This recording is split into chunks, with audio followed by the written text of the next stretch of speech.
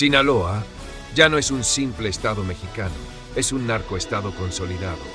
Un territorio donde los cárteles han tomado el lugar de las instituciones, controlando desde las rutas de la droga hasta la vida cotidiana de miles de familias. La policía y el ejército patrullan las calles, pero su presencia es simbólica. Al final, quien realmente manda son los capos. Son 10 meses de una guerra que parece no tener fin. La facción de los Chapitos y la del Mayo Zambada, encabezada por el Mayito Flaco, se disputan comunidades y al menos 13 municipios de Sinaloa que han convertido en campos de batalla. Esta guerra modifica la estructura del cártel de Sinaloa. Más de 1,700 personas fueron asesinadas, aunque las cifras varían. Hasta el último día de junio, la Fiscalía Estatal reportó 1,538 homicidios. Un recuento del diario El Universal reportaba hasta 1,612 asesinatos. La ley que rige en Sinaloa no viene de un congreso ni de un tribunal, sino del fuego de las armas y del miedo impuesto por la muerte. Hoy, ese narcoestado está en guerra.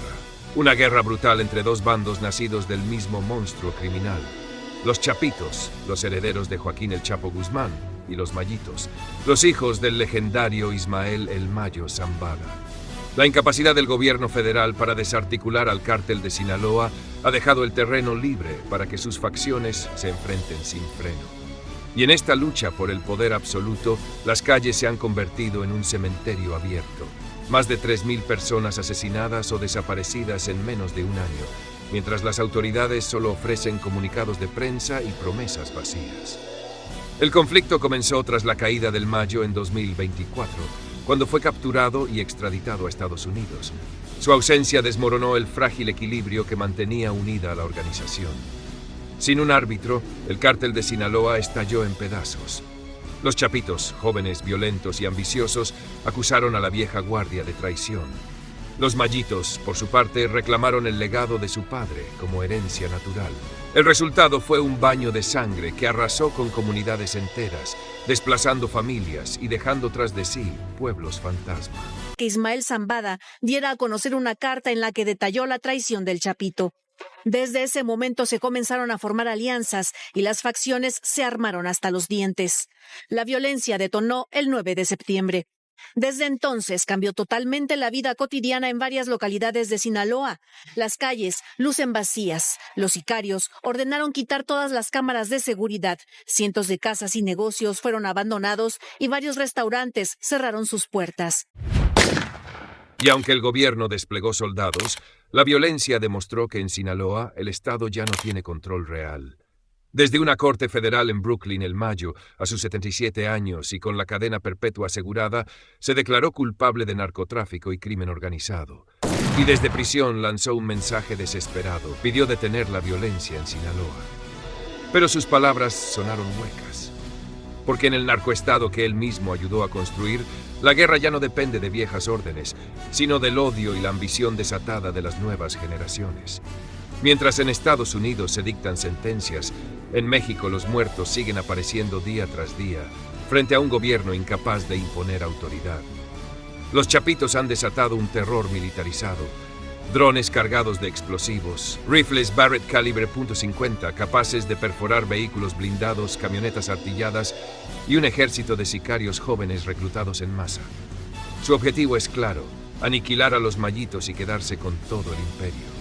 Del otro lado, los Mayitos sobreviven gracias a las lealtades rurales, a pactos locales y a una guerra de guerrillas que resiste, pero que cada día se ve más debilitada. Ismael El Mayo Zambada hizo un llamado a la población de Sinaloa a evitar la violencia, luego de declararse culpable este lunes 25 de agosto de los cargos de narcotráfico que enfrenta en Estados Unidos. El mensaje se difundió a través de su abogado, Frank Pérez, tras la audiencia celebrada en un tribunal de Nueva York. La declaración señaló: "Mi cliente hace un pedido a la población de Sinaloa para que mantenga la calma, actúe con moderación y evite la violencia", en referencia a la guerra interna que se desató entre los Mayos y los herederos de El del Chapo, después de la captura de Zambada en julio de 2024, un conflicto que ha dejado más de 1000 muertos en el estado. El derramamiento de sangre no sirve para nada, solo profundiza las heridas y prolonga el sufrimiento. Insta a su comunidad a mirar hacia la paz y la estabilidad para el futuro del estado, agregó la declaración. Zambada reconoció ante la justicia estadounidense haber sido cofundador del cártel de Sinaloa y haber traficado al menos 1.5 millones de kilogramos de cocaína, en su mayoría con destino a Estados Unidos. El Estado mexicano observa como espectador, incapaz de desarmar a ninguno de los dos bandos, tolerando que en su territorio se libren auténticas batallas campales. Mientras tanto, el pueblo vive atrapado en medio del fuego cruzado. Los agricultores trabajan bajo extorsión, los negocios pagan derecho de piso, las escuelas cierran y familias enteras huyen de la violencia. En muchos municipios, las autoridades locales obedecen más al narco que al propio gobierno federal. Niños crecen conociendo más de armas que de libros, y madres desesperadas buscan a sus hijos en fosas clandestinas. El gobierno anuncia operativos, pero los cárteles responden con bloqueos, emboscadas y fuego abierto contra la Guardia Nacional. Las autoridades mexicanas insisten en negar cualquier alianza entre los Chapitos y el cártel Jalisco Nueva Generación, pero la DEA advierte lo contrario. De confirmarse, México entraría en una espiral de violencia aún más sangrienta.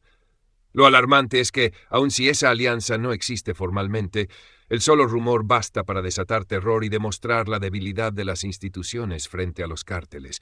Cada declaración oficial parece más un intento desesperado de ocultar la realidad que un verdadero plan para recuperar el control.